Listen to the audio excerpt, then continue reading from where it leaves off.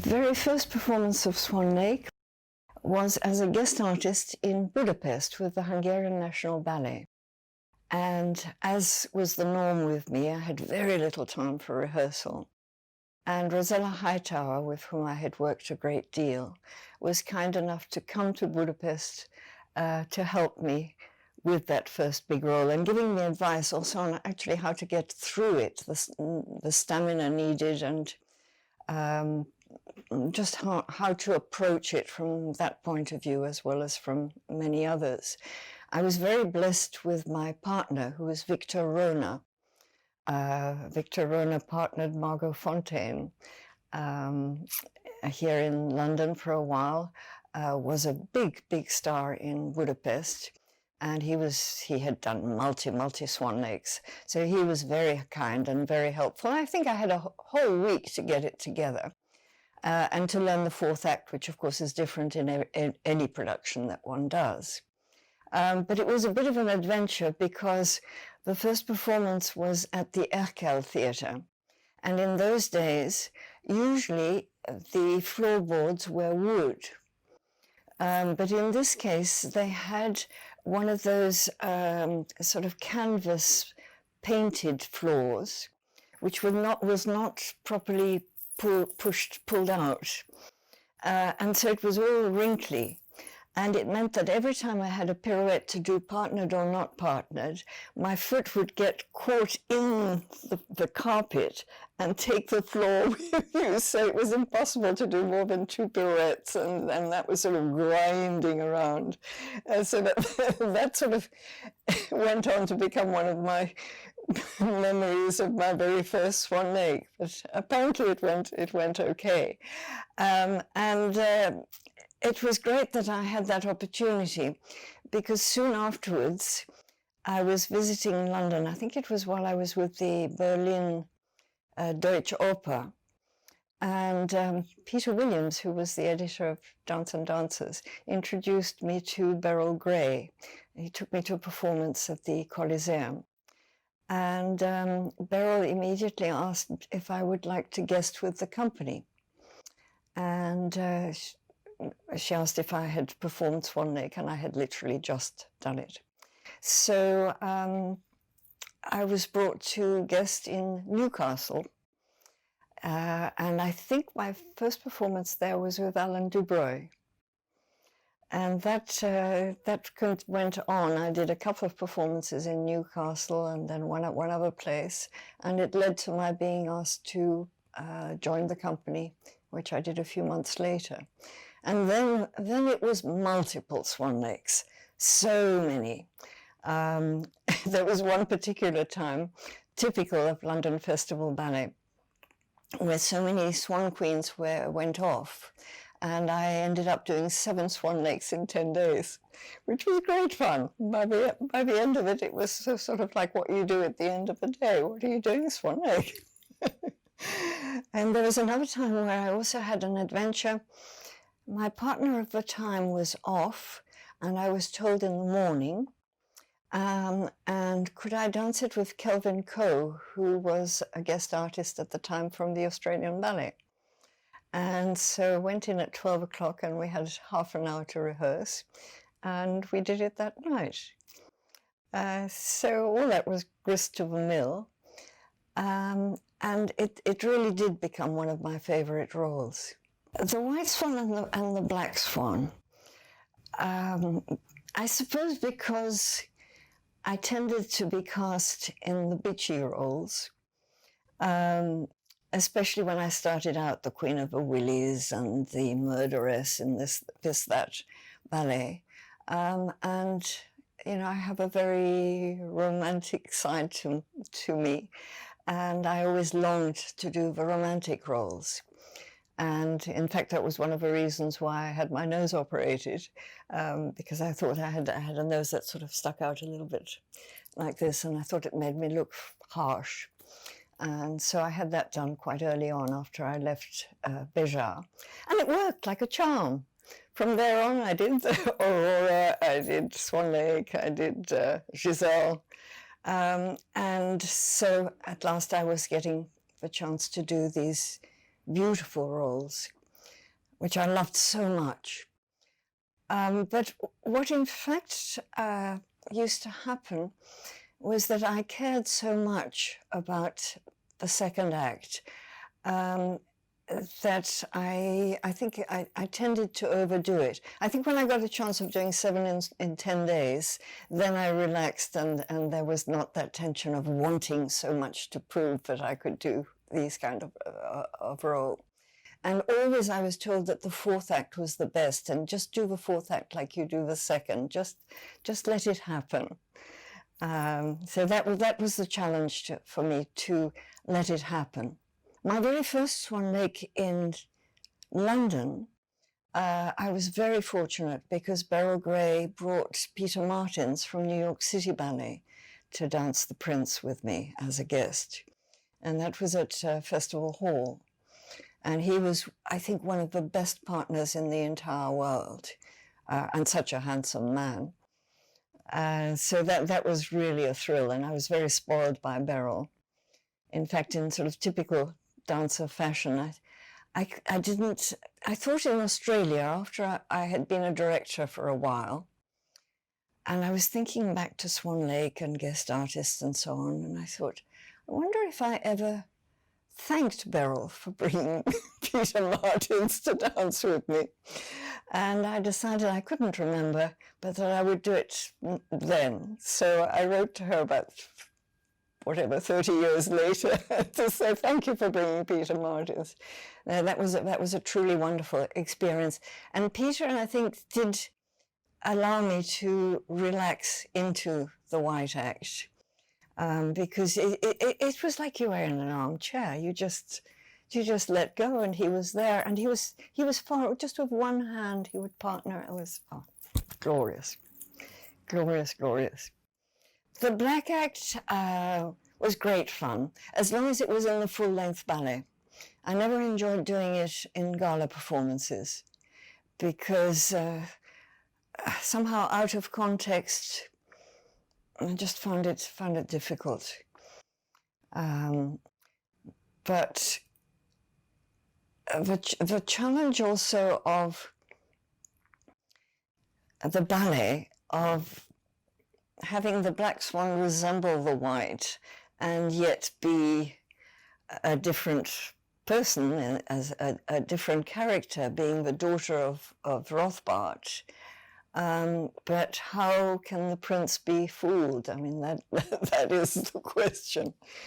I think I didn't bother too much about that because it was relatively easy for me to be flirtatious and outrageous and, along the Plisetskaya lines. I mean, not pretending to be anything of that stature, but just having the fun of that. And I think I just took it for granted that, as in fact it was me doing both roles, that the prince would just think that she was in her element in the black, and not be too bothered by such a difference in her ways, let's say. Yes, I always remember from when I first saw Swan Lake, just loving the dramatic ending with them committing suicide, but then at the same time having the happiness in that they would be reunited forever, and that beautiful boat, as long as it worked well, as long as it didn't go, but if it glided past with that gorgeous music at the end. So having a bit of both, having the drama, but also happily ever after in the heavens, if not of now. But of course the Russians insist on an entirely happy ending, get rid of Rothbart, tear off his wings. But I think there's a lot to be said for the drama. And, there's all that mime where she's saying, I here am going to die. And it's so in the music, and it's so wonderful to do. I loved the fourth act. And the fourth act can be very, very beautiful.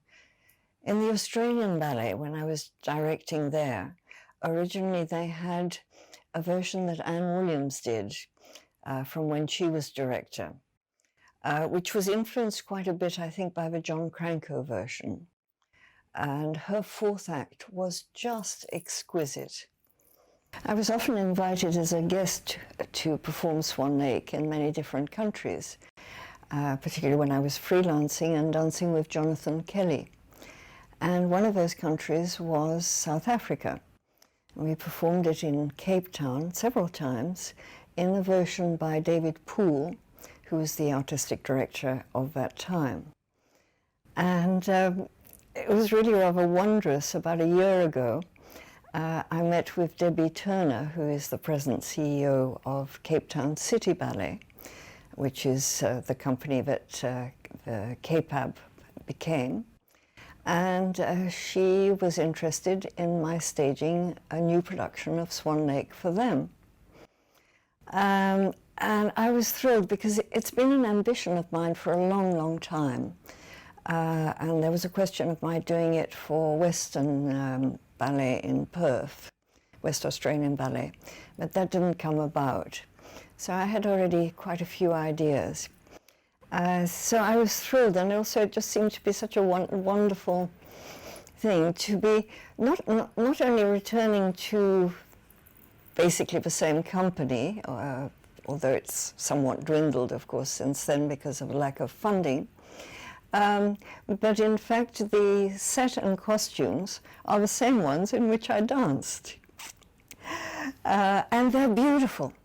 They're Peter Cazalet's, who, of course, is one of the foremost designers of those classical ballets. And not only the designs are beautiful, but they are so well made that every costume is still wearable just as it was and looks stunning. And I went to the workshop recently and saw the set, which also is in a very, very good shape. Of course, the fact of not having a new design for a new production, so to speak, meant that I have certain barriers to what ideas I could use. However, I met with Peter Cazalet, who is now in his 80s, and Debbie Turner said that we might be able to revise certain aspects of it as we went along. And it was actually wonderful. I got him to watch some rehearsals, and we talked a great deal, and he also helped me with some of the ideas of the story that I had. Because as with any ballet that I'm staging, foremost in my mind is to try and tell the story in the most logical way, and to follow the thread of the story through the music. I discovered that with Swan Lake, that poses more challenges than with any other ballet that I've encountered from that point of view, because the music has been changed around so many times, every time it's been restaged, from the very early time when it was a disaster when it was first done. So the Black Swan Pas de Deux, which I think most people who don't know particularly well the history of ballet would believe that the music for Swan Lake Pas de Deux, the solos and the coda have always been there. But not at all. Some of that music was actually in the first act originally. So I tried to look at it from the point of view of being as logical as possible, as I say, and then listening to the music and trying to allow myself freedom to move some of it around if I felt the need.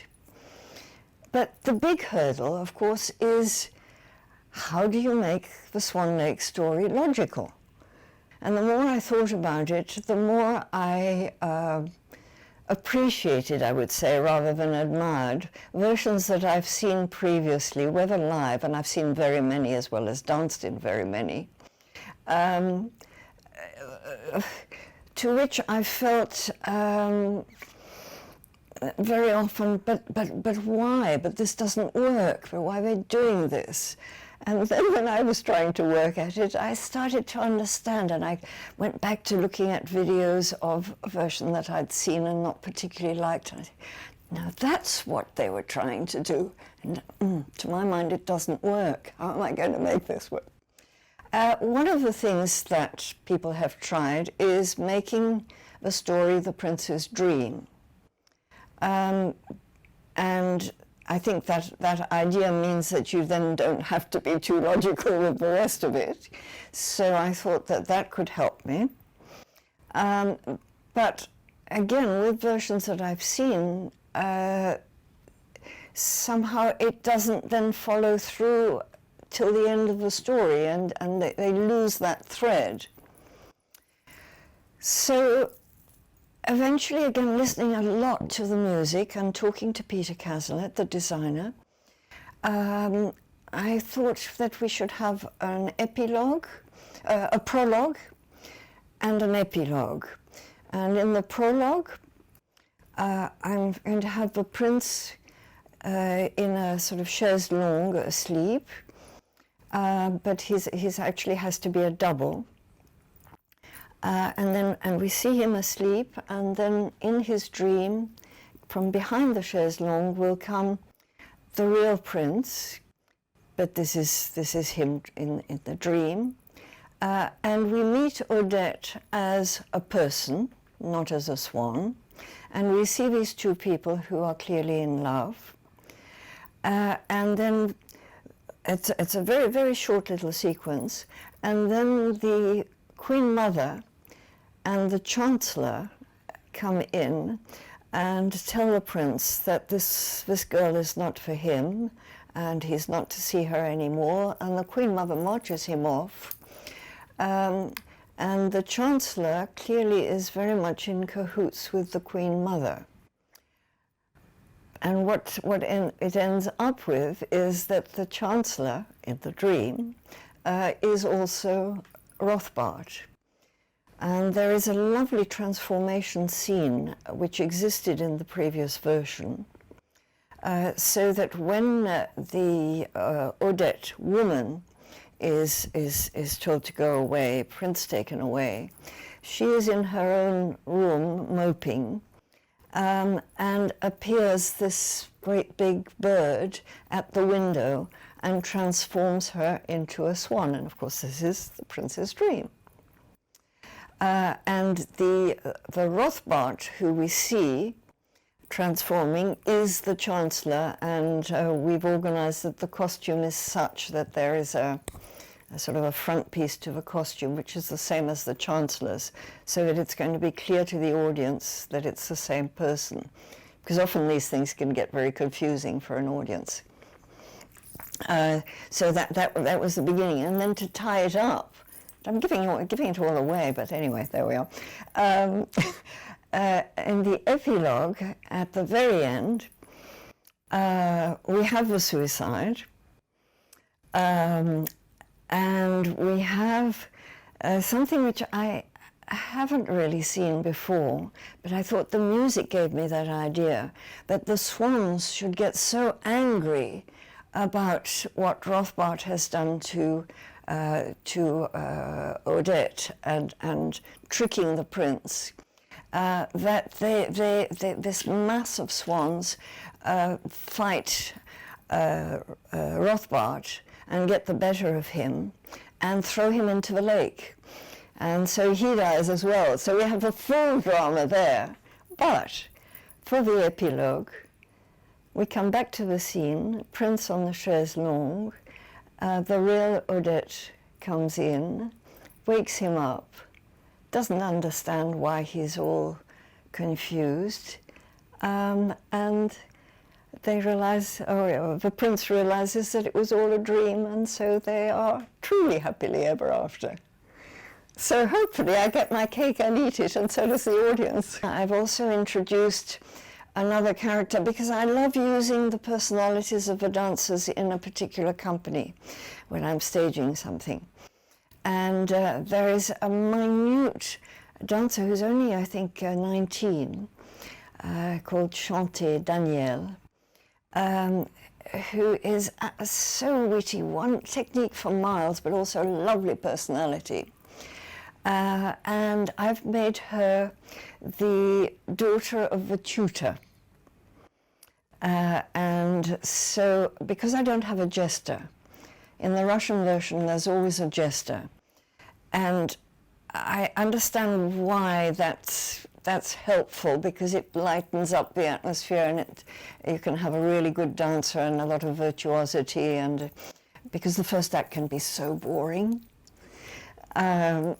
So I'm going to have the daughter of the tutor who messes things up and is always sort of prompting the prince and can't understand why he's not happy, and just being mischievous all around. It's Vincent Hantam who will be my first cast of the tutor, and he's tiny. And so together with Chanté, I think this will be really very, very sweet. I'm also having the princesses in the third act doing the character dances. This has been done before, but instead of having the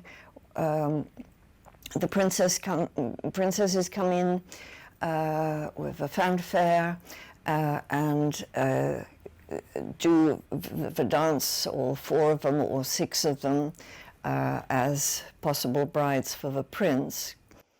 And then we don't quite know, well, he refuses, but then there are all these character dances that come from where and why we don't really know. They're really divertissement, and I didn't want to have divertissement if possible. Just keep the story running. So after the prince and the Queen Mother come in the third act, in the ballroom, the Chancellor introduces the princesses who come in one by one, just on the introductory music. And then we immediately have the character dances, which are done by one of the princesses who is of Italian or Spanish or Hungarian or Russian, and they have escorts. So those dances are done by them. And then after those character dances, I have what is usually used for the princesses' dance altogether, the waltz, as a kind of coda, where they're all vying for the prince's attention and the escorts are all pushing them forward to get his attention. And then that ends up with the usual that he will have none of it. Sort of aided and abetted by the Chancellor, who is just waiting for to present his daughter. So that's the way I've made the third act. One of the challenges of doing Swan Lake for Cape Town City Ballet is that the company is now very small. But somehow Debbie Turner has managed to allow me to have 16 core swans, as well as the 2 lead swans and the 4 cygnets. So it's a reasonable size corps de ballet. There are not many men in the corps de ballet, but I'm using 8 in the waltz in the first act. We were going to get various guest artists as well as the existing principals, because there should be 12 or more performances for the first season.